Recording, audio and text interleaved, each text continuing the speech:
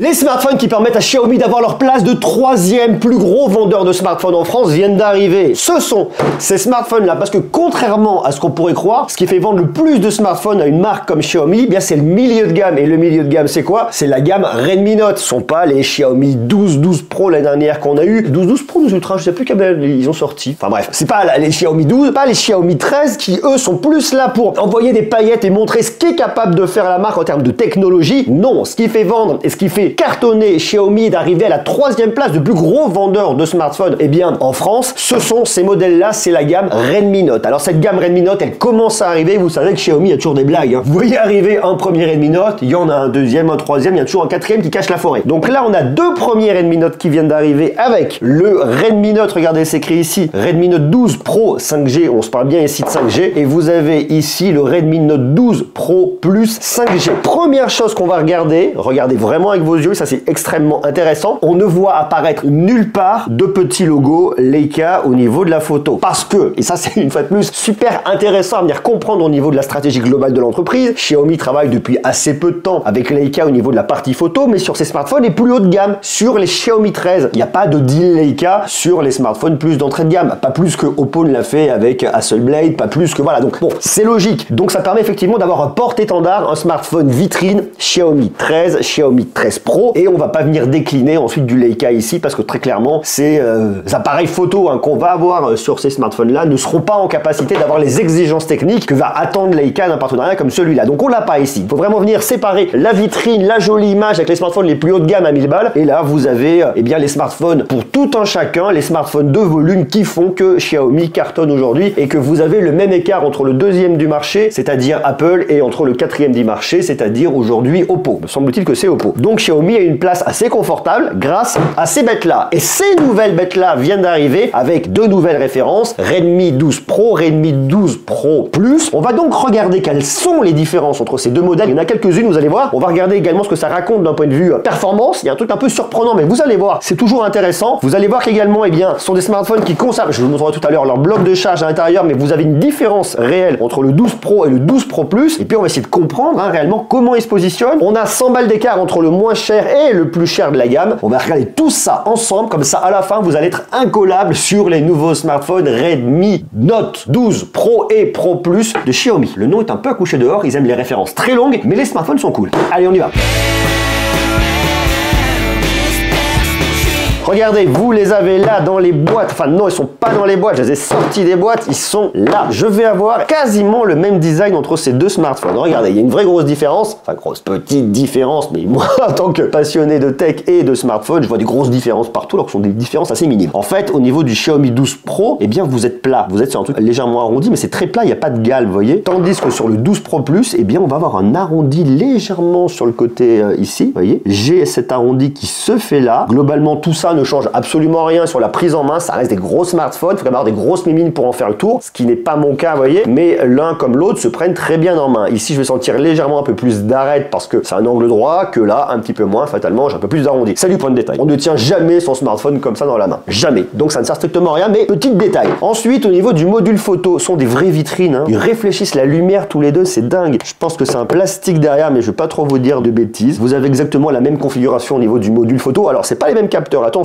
mais vous avez la même configuration esthétique avec vos deux caméras principales, grand angle, ultra grand angle et la macro ici. Voilà, d'un côté et de l'autre. Bon, il vous le marque. Sur le Pro Plus, je suis en 200 mégapixels et sur le Pro, je suis en 50 mégapixels. On va regarder ce que ça donne au niveau des résultats. Vous allez voir que on a 4 fois plus de pixels d'un côté et de l'autre, mais en fait, la photo va pas être 4 fois mieux. Vous allez voir, je vais vous montrer, je vais tout vous expliquer. On va également avoir, je casse tout. On va également avoir un Pro Plus qui va être un peu plus lourd, qui fait 210 grammes versus 187 grammes. Bon, après, dans la main, je vais vous le dire, il n'y a pas non plus un écart monstrueux. Ils existent tous les deux dans 3 couleurs. Vous avez effectivement ce noir là, le noir un peu classique, vous avez ce blanc là dans les deux modèles qui est très cool, et puis vous avez un bleu. Alors le bleu, je l'ai juste en photo, je peux vous le montrer ici sur la couverture, qui m'a l'air beaucoup plus sexy, mais je ne l'ai pas eu. Donc on va se contenter en tout cas de regarder les couleurs un peu standard aujourd'hui. Pareil au niveau de la configuration et des boutons, c'est très standard, hein, le bouton de volume, le bouton pour venir l'allumer et pour l'éteindre. Vous avez votre tiroir de carte SIM ici avec double SIM 5G, ça c'est très cool grâce au Mediatek, on en parle tout à l'heure, processeur. Le Dimensity 1080, vous avez l'USB-C, un haut-parleur ici ici, sur le côté ici, vous n'avez absolument rien. Vous avez un deuxième haut-parleur qui est ici, haut-parleur là. Vous avez une prise jack, ça c'est cool, si vous voulez brancher en prise jack, vous l'avez. Vous avez également de l'infrarouge sur ce smartphone, à savoir que vous avez également du NFC pour le paiement dématérialisé, mais ça on ne le voit pas. Ils sont certifiés IP53, pas IP68, bon quand même résistant à l'eau et à la poussière dans une certaine mesure, donc ok. Et vous avez ici du Wi-Fi 6, donc ça c'est cool en termes de rapidité de connexion à votre box. Ok, alors premier truc à venir voir, c'est est-ce que ce sont des smartphones qui sont adaptés pour le côté multimédia, pour venir regarder des films, des séries, pour vous marrer. Est-ce que ça fonctionne? Eh bah oui, ça fonctionne bien. Premier point à venir voir, c'est que vous avez un smartphone qui est lumineux, avec un pic de luminosité à 900 nits. Alors attention, on va venir le pousser à fond. Plus vous allez le monter à fond, et plus vous allez venir taper au niveau de la batterie de votre smartphone. Ça va venir réduire fatalement l'autonomie. Ça, c'est assez normal. Mais en termes de luminosité, pour regarder en intérieur et en extérieur, alors vous me collez pas en plein soleil en extérieur, mais globalement, ça fait le taf. Donc là, il n'y a pas de souci. Autre point que j'aime beaucoup ici, c'est que je trouve qu'il y a vraiment du son. Alors pour autant, je sais qu'on n'écoute pas nécessairement des films et des séries directement comme ça. Vous pouvez venir brancher des écouteurs grâce au Bluetooth 5.3, ça fonctionne, c'est ok. En prise jack, ça fonctionne, c'est ok également. Mais si vous regardez, vous voyez, il y a vraiment du son. Alors plus vous poussez, et fatalement ça va être médium, on s'en doutera, mais malgré tout, il y a quand même vachement de son.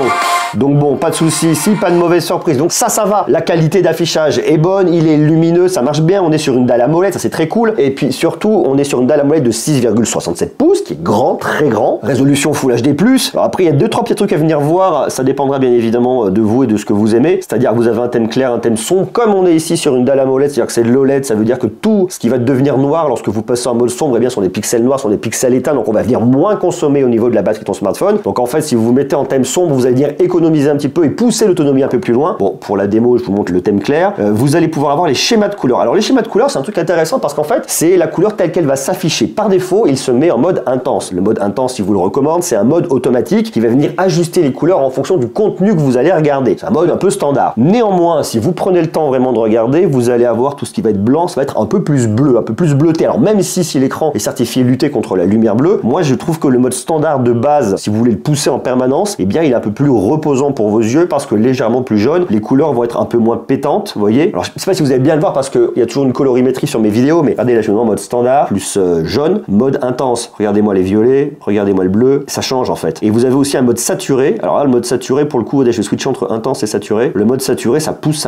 très très fort. Je suis pas convaincu du mode saturé. Je dirais que si vous voulez vraiment avoir tout le temps un truc où vos yeux sont assez reposés et assez tranquilles, vous mettez en mode standard, pour moi ça conviendra bien. Et si vous voulez un truc un peu plus automatique et pas vous prendre la tronche, vous mettez en mode intense. Pour la démo, je vous laisse le mode intense, mais c'est vrai que j'ai une petite préférence pour le mode standard où il vous marque le contraste restera constant, c'est toujours pareil. Ça va peut-être pas venir optimiser totalement, mais je trouve qu'il y a un côté un peu plus reposant lorsque vous êtes comme ça en train de naviguer, notamment sur un thème clair. Après, rien ne vous empêche de vous mettre sur un thème sombre, ça peut venir moduler un peu le truc. Vous mettez en thème sombre en schéma de couleur, et là vous allez moins avoir ce problème-là, vous voyez, parce que fatalement, eh bien, ce qui est noir, c'est éteint. Par contre, vous le verrez ici sur l'écriture qui est en blanche et sur le reste de l'affichage des couleurs. Bon, voilà, à vous de voir ce qui vous intéresse. Une fois de plus, je me mets en mode un peu plus, en mode intense et je reste en mode clair. Vous avez également un taux d'actualisation dynamique, c'est-à-dire que vous avez un taux de rafraîchissement qui va aller jusqu'à 120 Hz. Lui, il vous dit laissez-le par défaut. Par défaut, je suis intelligent et je vais switcher entre du 60 Hz jusqu'à 120 Hz. Ça va dépendre du contenu. Si vous regardez un film, vous restez en 60 Hz. Votre série va envoyer du 25 images par seconde, vous n'avez pas besoin de monter en 120 Hz. Donc lui, il va rester comme ça. A contrario, si vous allez sur des jeux qui sont un peu plus gourmands, on va en parler une fois de plus de la performance et des jeux gourmands, on va prendre ça avec des pincettes, et bien le 120 Hz peut être intéressant également. À noter que si vous scrollez sur des Instagram à fond, le 120 Hz peut être intéressant, mais le 120 Hz va consommer davantage. Mais lui, il va le faire de façon automatique et intelligente. Si maintenant vous voulez venir une fois de plus vraiment dans l'idée de l'économie de l'énergie au niveau de la batterie de votre smartphone, et bien vous pouvez venir personnaliser et vous restez en 60 Hz et vous mettez pas en 120 Hz. Si vous mettez en 120 Hz tout le temps, vous bourrinez, ça consomme énormément et ça ne sert à rien. Donc soit vous dites moi 60 Hz, je veux que ça, je m'en fous, je suis pas gamer, le fait de scroller, le rafraîchissement, ça m'intéresse pas. Ce que je veux, c'est vraiment l'autonomie. Vous mettez en 60 Hz. Si par contre vous avez une utilisation un petit peu mixte, vous mettez en par défaut recommandé et lui fera le taf, il va le gérer de façon complètement intelligemment. Donc cet écran, moi je le trouve plutôt bien. Il est bien maîtrisé. On a une dalle AMOLED ici. On a une certification Dolby Vision, même si globalement ça ne veut pas raconter grand chose ici. Donc pas de côté déceptif. Ça fonctionne pour regarder des films, des séries, pour venir jouer. L'affichage est correct, ça va bien. L'audio est correct. Vous avez vraiment une vraie polyvalence avec la prise jack, avec le haut-parleur et le Bluetooth 5.3. Ça c'est cool. Maintenant la question qu'on va venir se poser, c'est ok, je sais que le divertissement est bon. Maintenant est-ce que pour le gaming ça va faire le taf? Alors là je vous montre le Pro Plus, mais en fait pour le Pro c'est exactement la même chose. Vous avez vraiment totalement la même chose. Alors le petit capteur d'empreinte digitale qui vient déverrouillé sur le côté. Vous avez la même taille d'écran, vous avez les mêmes options, vous pouvez faire la même chose, le même pic de luminosité, la même chose également au niveau audio, donc il n'y a pas de mauvaise surprise. Au niveau juste purement affichage de votre smartphone, et bien hop là, regardez, vous allez voir que c'est aussi exactement la même chose avec la petite bulle en haut pour la caméra, sur le haut, sur le bas, sur les côtés, ça raconte la même histoire en fait, hein. Donc là-dessus, il n'y a aucune différence. D'ailleurs, au niveau du processeur, c'est exactement la même chose. Mediatek Dimensity 1080 gravé en 6 nanomètres qui fait le taf, qui vous permettra de faire tourner plein de jeux du Play Store, mais pas tous les jeux, pas les jeux les plus gourmands. Bien que vous ayez un taux de rafraîchissement qui monte jusqu'à 120 Hz, vous allez éviter des Fortnite en poussant les performances à fond, et à un moment ça va pas le faire. On est sur un smartphone milieu de gamme qui se situe entre 400 et 500 balles. Je vous donne les détails tout à l'heure au niveau des tarifs. Donc ici, pas de surprise en particulier. Il y a un truc que je voulais venir vous montrer parce que j'ai fait un benchmark sur Antutu, c'est-à-dire que je suis venu un peu le pousser et voir ce qu'il racontait en termes de performance. Alors il y a un truc qui est vraiment intéressant, c'est-à-dire que ce smartphone là, il arrive chez Antutu avec le score de 442 779. Alors on prend toujours ça avec des pincettes, ce n'est qu'un chiffre, c'est un logiciel qui va venir faire un benchmark, mais le truc qui est intéressant derrière, c'est de donner un petit peu une tendance. On est sur un smartphone milieu de gamme. C'est pas un smartphone qu'on va venir utiliser à fond, c'est pas un smartphone qu'on va venir pousser à fond dans les retranchements et avec qui on s'attend à avoir un truc de fou. Aujourd'hui, les smartphones haut de gamme, très haut de gamme, vous n'arrivez pas aux limites. Il y a beaucoup plus de possibilités de performance que ce dont vous avez besoin. Donc vous les emmenez pas au bout du bout du bout. Je suis pas convaincu non plus que ce smartphone là, sauf usage un peu particulier ou des gens qui veulent des jeux qui sont un peu plus gourmands, vous ayez un peu tapé dans le fond du truc. Je pense pas. Je pense néanmoins, il y a un truc qui est intéressant à venir voir, c'est que ce smartphone là, si je regarde le classement, eh bien ça m'emmène à la 101e position, c'est-à-dire que ça m'emmène très bas. Alors pour autant, vous voyez, il y en a un paquet devant, alors on va se mettre au milieu du classement. Pixel 6, je vais avoir un Realme GT Neo 3T, et du côté de chez Xiaomi, bon j'ai un Poco F3 qui est aussi la même boîte que Xiaomi, même si c'est pas Xiaomi, mais bon Poco ils aiment bien mettre les trucs qui envoient un peu de bois. Je vais avoir un Mi 11X, un Mi 10T Pro, et là je me dis ok, donc en fait il est cool, mais il n'envoie pas autant de bousin que ça. Et je veux venir le comparer parce que si je regarde, vous voyez, en 99e position, eh bien j'ai le modèle de l'année dernière. J'ai le Redmi Note 11 Pro Plus, 8 Go de RAM, 256 Go de stockage. C'est la même chose que je vais avoir ici au niveau de mes boîtes. Donc bon, pas de mauvaise surprise. Vous voyez, je vous le montre, 8 256. Donc ici ça fonctionne. Et alors en fait, quand je vais regarder dans le détail et que je vais faire un petit comparo entre ces deux modèles, alors point de vue purement benchmark, hein, c'est-à-dire que c'est vraiment les chiffres, et bien je vois que j'ai 442 000 contre 500 000. Je dis ah ouais, il y a quand même un écart. Et en fait, quand je vais regarder un peu dans le détail point par point, c'est pas monstrueux. Au niveau du CPU, alors j'ai 115 000 versus 138 000. Si je regarde, vous voyez, je vais avoir surtout une petite différence au niveau du Pros Multicœur, mais ça lui met pas non plus de tartine. Et une fois de plus, on vient le remettre en perspective par rapport à nos usages. Je pense pas que ça vienne vraiment complètement chambouler l'histoire. Au niveau GPU, c'est la même chose. Au niveau de la mémoire, on va être un peu supérieur au niveau du modèle de l'année dernière. Mais bon, vous voyez, ça se situe surtout au niveau de cette ligne-là. Mais sinon, globalement, ça se tient, quoi. Même au niveau UX, on a un truc un peu supérieur l'année dernière, mais tout ça, ça reste dans un mouchoir de poche. Il faut vraiment, une fois de plus, le mettre en perspective en se disant, ok, il n'y a pas eu effectivement clacasse en termes de génération, on s'attendrait à avoir beaucoup mieux. Sur le papier, en tout cas, c'est pas beaucoup mieux, mais si on regarde nous par rapport aux usages qu'on en a, pour moi ici, il n'y aura pas de côté déceptif et ces smartphones feront le taf tout comme ils l'ont fait l'année dernière, même si je vous dis, il n'y a pas eu le truc où on se dit, waouh, il est mieux, il va plus haut, il pousse plus haut. Voilà, pas plus, pas moins en tout cas. Tout en sachant, et c'est un truc intéressant à connaître, la technologie de RAM que vous allez avoir dans ces smartphones, c'est la LPDDR4X, c'est-à-dire que c'est pas la dernière. La dernière, vous allez voir dans le plus haut de gamme, et Xiaomi l'a mis dans son Xiaomi 13 et Xiaomi 13 Pro, c'est de la LPDDR5X, néanmoins la LPDDR4X, ça va, ça fait le taf. Au niveau du stockage, ils ont pu mettre un peu plus de choses, hein. Ils ont mis de l'UFS 2.2, à savoir qu'aujourd'hui on est sur l'UFS 4.0, bon c'est ce qu'on trouvera dans le plus haut de gamme une fois de plus, mais ils sont pas allés sur l'UFS 3 et quelques, ils sont restés sur l'UFS 2.2, plus ancienne génération, ça permet de garder les prix un peu plus bas, ou peut-être de préserver les marges, allez savoir. Néanmoins, vous avez le choix entre 6 Go de RAM et 8 Go de RAM sur le,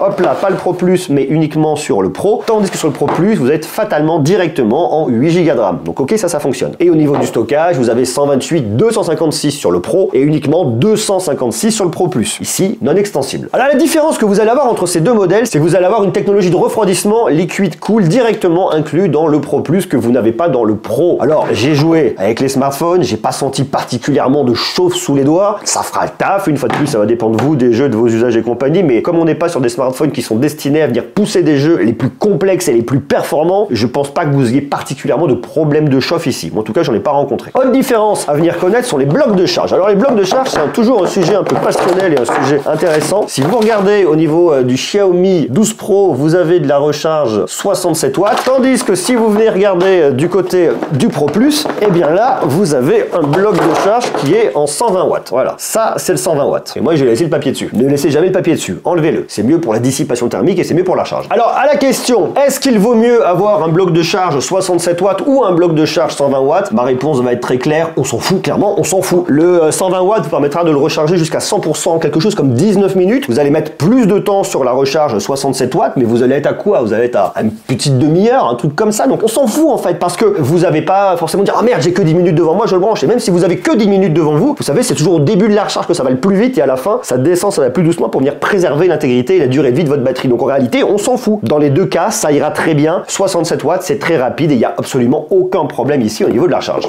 Et le sujet qui va vraiment venir nous intéresser, qui sera vraiment différenciant ici, je vous l'ai montré, c'est au niveau de capteur photo. Parce que vous avez sur le Pro un capteur de 50 mégapixels, c'est écrit ici en noir comme le port salut. Vieille expression, je sais, je suis d'accord avec vous. Et là vous avez un capteur de 200 mégapixels sur votre grand angle. Là on nous dit que c'est l'IMX 766 de Sony sur le Pro. Tandis que sur le Pro Plus on nous dit rien. On nous dit on a plus de mégapixels mais on ne sait pas du tout quel est ce capteur. Est-ce que c'est un capteur Sony? Est-ce que c'est un capteur Samsung? Est-ce que c'est un capteur je sais pas quoi? On sait pas. On a juste un nombre de mégapixels. Donc pour moi il y a un côté très marketing ici parce qu'on vient pas défendre un capteur en particulier en disant on a ce 200 mégapixels mais c'est pas n'importe lequel, il est vraiment bien, il raconte vraiment une histoire. Non, on vous balance un peu de la spec pour vous envoyer de la poudre aux yeux et vous dire le Pro Plus il est cool parce qu'il faut justifier un peu tout ça. Mais vous allez regarder, on va regarder les photos ensemble, vous allez voir que dans les faits il n'y a pas d'énorme différence entre ces deux capteurs. Dans les faits, vous allez voir. Ensuite on va avoir un ultra grand angle de 8 mégapixels, ça sera exactement le même d'un côté et de l'autre. Et après vous aurez de la macro en 2 mégapixels, c'est exactement la même chose d'un côté et de l'autre. Et vous allez voir que la macro de toute façon pour moi, on s'en fout, c'est pas un sujet, ça ne sert à rien sur du 2 mégapixels. Et à l'avant vous avez sur un modèle comme sur l'autre un capteur de 16 mégapixels. Alors on va avoir à gauche le Redmi Note 12 Pro, je l'appellerai Pro, et à droite on a le Pro Plus. Qu'est-ce qui va être vraiment intéressant au niveau de ce nombre de mégapixels? En fait si vous prenez le modèle Pro, vous allez pouvoir faire en photo de nuit regroupement de 4 pixels en un, vous prenez 4 pixels et ça vous sort un seul même écran pixel pour capter plus de lumière et avoir des photos bien définies. Si vous êtes sur la version avec le 200 mégapixels, vous allez pouvoir regrouper plus de mégapixels, avoir des photos bien meilleures en faible luminosité et avec un rendu de meilleure qualité. Donc voilà le rendu. Donc là on est sur le Pro, là on est sur le Pro Plus. Qu'est-ce que je vois déjà en termes de différence? Je vois mon ciel, c'était pris en même temps, hein, exactement en même temps, à quelques secondes, on poser l'autre et de reprendre l'autre. J'ai un ciel qui va être un peu plus saturé ici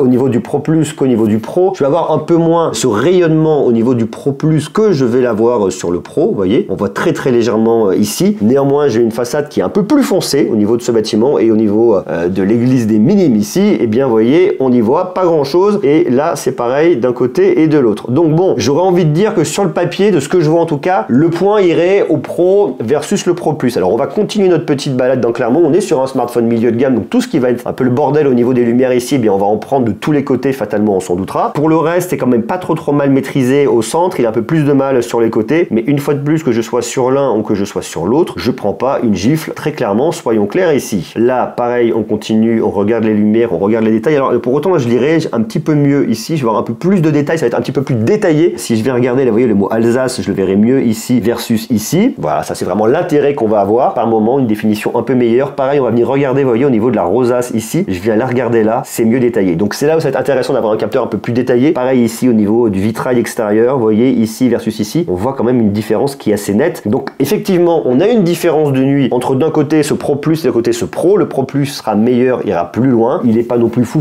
vous voyez, au niveau de l'optique, ça me fout un peu le bordel là, mais je vais avoir un truc qui va être un peu plus détaillé. On le voit ici au niveau des joints entre les pierres de Volvic. C'est vraiment sur ces points de détail que ça va venir se jouer. Alors si on vient regarder ensuite en plein jour, on va pas avoir autant d'intérêt à regrouper plusieurs pixels en un. C'est pas ce qui va nous apporter le plus d'intérêt. Le plus intéressant, ça va être un peu le travail IA qu'on va avoir derrière pour venir maîtriser un peu les différentes scènes. Et ça, c'est fait de façon plutôt correcte sur ce smartphone là. C'est-à-dire qu'on voit bien la façade, on a bien les nuages, rien n'est cramé, on a bien le ciel, on a bien les arbres devant. Bon, ok, ça fonctionne. Mais je trouve que il y a un truc qui est plus intéressant au niveau du Pro. Là, c'est un peu plus vert, un peu plus clair. Que là, c'est vert un peu plus foncé. J'ai une petite différence. C'est pas le même capteur, hein, ce qui explique cette différence de colorimétrie qu'on va venir retrouver ici. Mais en termes de détails, ça change pas grand-chose. L'ultra grand angle, c'est le même, donc ça racontera à peu près la même histoire. Hein. De toute façon, voilà, il va se passer exactement la même chose d'un côté et de l'autre. Mais là où il va y avoir une différence, c'est au niveau du zoom. Ils mettent x2, x4, x6, x8, jusqu'à x10. C'est histoire de mettre des paliers, mais globalement, ils m'auraient mis un x5, x10, ça aurait été la même histoire. Qu'est-ce que ça raconte? Ça raconte qu'en fait, vous venez faire un zoom numérique. Vous prenez votre capteur principal de 50 mégapixels et vous venez faire x2 dans l'image. Donc vous venez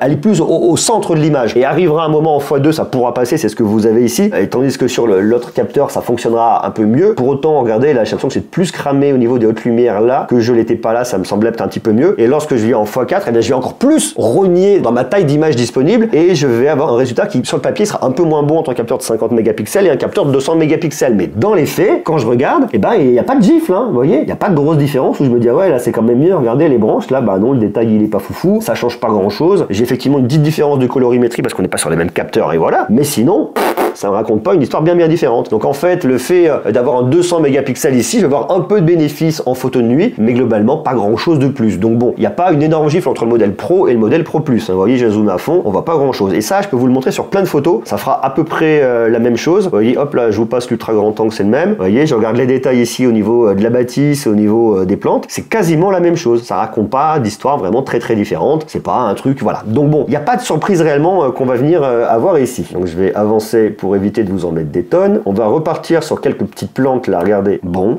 rien de particulier, pas de problème de choses un peu trop cramées dans les hautes lumières, ça fait le taf. Un mode portrait qui sera un peu terne, hein. Je le trouve un petit peu terne lorsque ça vient shooter comme ça, mais bon, une fois de plus, il n'y a rien de bien dingo ici et ça fera le taf. Regardez, je vous trouve des photos avec un peu plus de matière pour venir regarder vraiment la matière d'un côté et de l'autre. Hop là, l'ultra grand angle, une fois de plus, c'est le même, il se passe la même chose. Là, je vais chercher un petit peu plus de la matière et du détail sur le Pro Plus, ça devrait être un peu meilleur. Là, je vais avoir un peu plus de matière, c'est un peu plus détaillé ici que ça ne le sera pas ici, mais lorsque vous regardez votre photo comme ça, très honnêtement, ça va pas changer grand chose. Je vais avoir un peu plus de matière sur le Pro Plus, un peu plus de détails que ce que j'ai sur le Pro, mais une fois de plus, c'est voilà, ça se joue vraiment à pas grand chose. Il n'y a pas de côté renversant, il n'y a pas de côté waouh. Caméra de selfie, c'est la même chose, donc je vous montre directement ici. Là, j'ai le soleil en pleine tronche, c'est bien, c'est géré, c'est correct. La teinte de peau est plutôt bonne, c'est pas trop lissé pour une fois, ça c'est plutôt bien. Et là-dessus, ça fonctionne. Quand je mets de profil avec le soleil qui vient vraiment taper comme ça de côté, on voit qu'il a plus de mal avec les hautes lumières et ça vient piquer davantage, donc bon, il fait un peu la gueule. À contre-jour, eh bien l'algo vient récupérer la sauce, j'ai le soleil en pleine tronche, on va avoir une espèce d'auréole. Je ne suis pas un saint, loin de là, mais ça fait le taf. Et vous voyez les hautes lumières qui ont un peu de mal, mais une fois de plus, dans cette gamme de prix, ça fonctionne. C'est pas trop lissé, le traitement est plutôt correct. Alors après, on va regarder du côté de la macro, c'est exactement la même chose d'un côté et de l'autre. Bon, on peut faire un peu de macro, on galère un peu à trouver la bonne distance, c'est pas foufou, on peut le faire, voilà. Faut-il le faire? Pour moi, la réponse est non. Ces capteurs de toute façon ne m'ont jamais hyper emballé. Je trouve pas ça dingue, mais si vous voulez vous amuser à faire de la macro, vous pouvez faire de la macro. Tout en sachant que par moment, ils vont un peu galérer quand vous avez des lumières un peu trop fortes sur un endroit. Donc vous voyez que dans les faits, il n'y a pas de grande différence entre d'un côté le modèle Pro et de l'autre côté le modèle Pro Plus. Alors au-delà de la couleur, une fois de plus, vous pouvez voir la même couleur sur les deux modèles, mais je sais que celui-là c'est le Pro Plus légèrement arrondi sur les côtés. Ça raconte quasiment la même chose. Donc une fois de plus, nous mettre un capteur de 200 mégapixels pour nous mettre un capteur de 200 mégapixels. Pour moi, dans cette gamme de prix, on s'en fout un peu. Donc si on veut juste un petit peu recentrer les différences que vous allez avoir entre d'un côté le Pro et de l'autre côté le Pro Plus, vous allez avoir un design légèrement plus arrondi sur le Pro Plus versus le Pro, donc ça change globalement pas grand chose. Un smartphone légèrement plus lourd, mais bon, une fois de plus, c'est du point de détail, on s'en fout, ça change pas grand chose sur le Pro Plus versus le Pro. Vous allez avoir une technologie de refroidissement liquide directement sur le Pro Plus que vous n'avez pas sur le Pro, mais j'ai pas senti de chauffe particulièrement sur le Pro. Vous avez un bloc de charge plus gros, ici 120 watts versus 67 watts, mais une fois de plus, 67 watts ça fait le taf. La batterie elle est de 5000 mAh d'un côté et de l'autre, donc ça change pas grand chose non plus dans les faits. Vous n'avez pas de charge sans fil d'un côté et de l'autre, ici sont des smartphones que vous n'allez pas recharger sans fil, donc bon,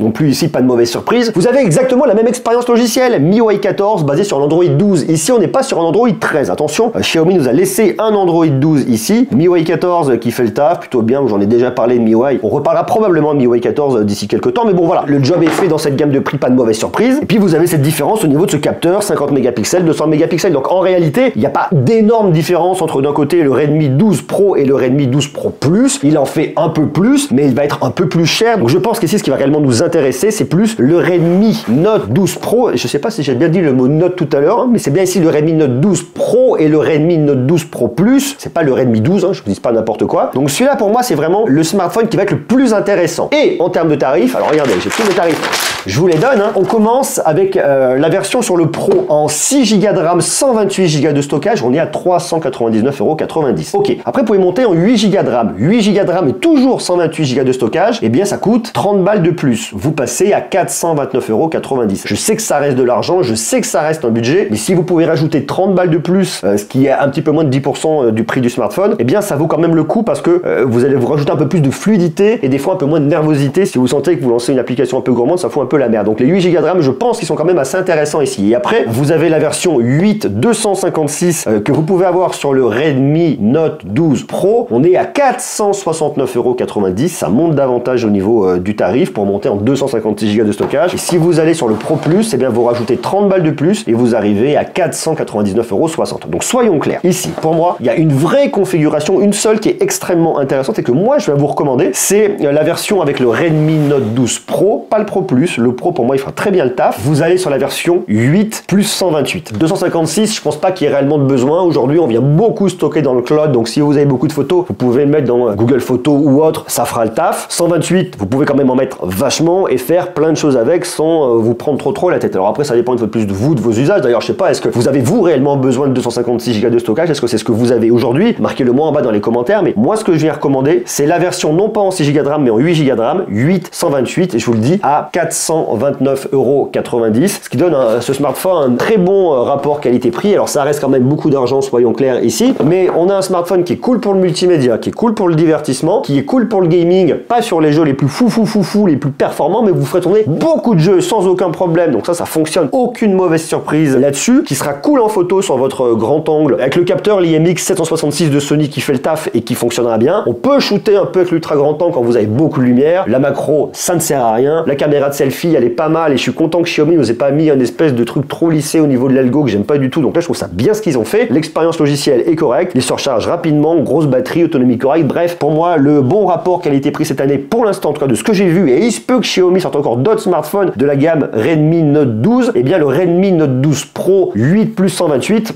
c'est le bon choix. Et d'ailleurs, si un de ces smartphones vous intéresse, je vous mets les liens bien évidemment juste en bas dans la description. Donc dites-moi vous ce que vous en pensez. Est-ce qu'il y en a un qui vous botte plus que l'autre? Est-ce que vous êtes d'accord avec mon analyse, mon retour, lequel vous aimez, quelle est la couleur qui vous plaît le plus? Et voilà, puis je sais pas si je vous l'ai dit, d'ailleurs, petit dernier détail, vous avez un Corning Gorilla Glass 5 quand même à l'avant, donc ça c'est plutôt bien pour venir protéger l'écran de votre smartphone. Et autre petit détail que je vous donne à la fin, vous avez un indice de réparabilité de 7,6 sur 10, et une fois de plus, au moment où je sors cette vidéo, c'est au moment où ces produits sont annoncés, je pense que les tarifs vont être amenés à baisser, donc je vous invite à aller consulter les meilleurs tarifs via le lien que je vous mets bien évidemment juste en bas dans la description. Voilà, je vous embrasse, à bientôt, prenez soin de vous et des gros bisous. Ciao.